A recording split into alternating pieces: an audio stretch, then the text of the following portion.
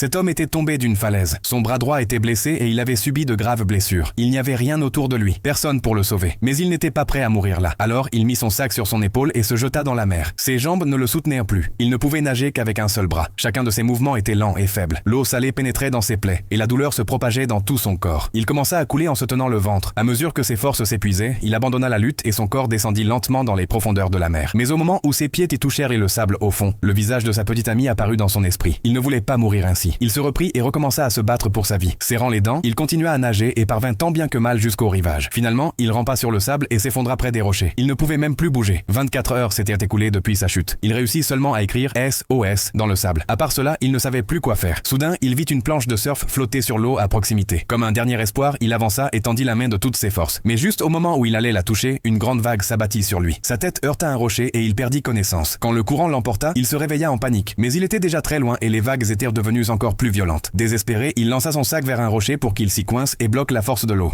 À ce moment-là, un hélicoptère passa au-dessus de lui. Il cria de toutes ses forces, mais l'hélicoptère ne le vit pas et continua sa route. Après un long moment, la mer se calma un peu. Il s'accrochait toujours au rocher, mais son bras était devenu insensible. Alors une mouette s'approcha et commença à picorer sa blessure. La douleur le réveilla brusquement. 36 heures s'étaient écoulées. Il n'avait pas bu une seule goutte d'eau. Sans eau rapide, son état allait empirer. Il vit une boîte près de lui et la saisit rapidement. Mais elle était remplie d'eau de mer. Son espoir s'effondra. Quand il reprit conscience, la nuit était tombée. Ses jambes devenaient bleues à cause du froid. Il pensa que même s'il était sauvé, son état serait terrible. Affamé et assoiffé, il rampa vers l'avant et trouva un morceau de papier aluminium et un bout de bois. Il creusa un petit trou, plaça le papier aluminium au fond et essaya de recueillir un peu d'eau pour étancher sa soif. Mais à cause de ses blessures internes, du sang s'y mélangeait. Il ne pouvait pas le boire. Soudain, le tonnerre gronda dans le ciel. Il étendit le papier aluminium pour recueillir un peu de pluie. Quelques gouttes tombèrent, puis la pluie s'arrêta. Il but ces quelques gouttes et lécha jusqu'à la dernière trace d'humidité sur le papier. Puis, épuisé, il s'effondra à nouveau. Tout à coup, une sonnerie retentit. Il se redressa brusquement, fouilla le sable avec sa main et retrouva enfin son téléphone portable.